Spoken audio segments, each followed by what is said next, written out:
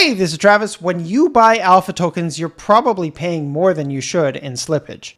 In this video, I'm going to teach you how to stake safely without getting slipped. But first, I'm going to demonstrate how to get slipped. That's right, I'm going to give away my TAO to a nefarious bot in the name of science so that you can spot when you're being slipped more than you should. Now, before I show myself getting cheated here, I just wanted to show the wallet that I use. It's called Talisman. It's just a Chrome extension here. And if you click on the full screen button here, if you click on settings and then hit manage accounts and you can add a new account, the main thing to remember with Bittensor is you're going to want to click on new Polkadot account because that is what supports Bittensor. And then it's going to be the exact same thing for importing via recovery phrase. You're again going to hit on the Polkadot recovery phrase. And then when you have your wallet open here, if you want to receive TAO to this address, you click the copy button here and then click on the copy button next to Bittensor. Now note this address here, 5dummy, that's my wallet. And then you'll be able to view your wallet balance here. So I've just picked a random subnet here. Let's buy 0.1 TAO worth of it. Of course, you can see the price on the left. You can see that the slippage here says 0.027%. Let's click buy. Now, of course, there's a very small staking fee, and the slippage here looks like it's going to be very small. Let's proceed and approve. Now, if we scroll down, we can look at the transactions that have happened. We can tell which wallet is mine because I made one of those vanity wallets. This dummy wallet here. So we can see that I staked 0.1 minus the fee worth of TAO. So this is correct here. However, I'll draw your attention to the transactions before and after me. Right before, somebody bought a lot, so 1.5 almost worth of TAO.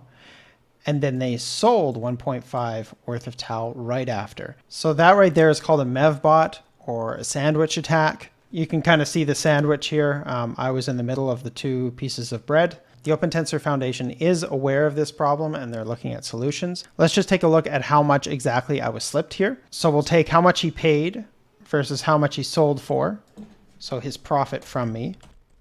So we'll just round up here. It was 0.0005 TAO, which is approximately 0.5% if my math is right here. So I was slipped 0.5%. And I was told it was going to be 0.027. So I chose a small amount here just for the science to show you guys what it looks like. But if I was choosing a larger amount, say 10 TAO, and the slippage here is 2.6%, that is the slippage in the pool. And then on top of that, you're going to have the MEV bot, the sandwich attack, and it could be 5% in total. And then just to show it's not just me this is happening to, if we scroll down here, what we're looking for is a pattern where somebody bought and sold the same amount. So this one here looks like this guy in the middle was sandwiched. And then if you look at TAO.app, they've got a little bit better of a visualization for it. These grayed out ones are the MEV bots. You can see they're doing the same thing.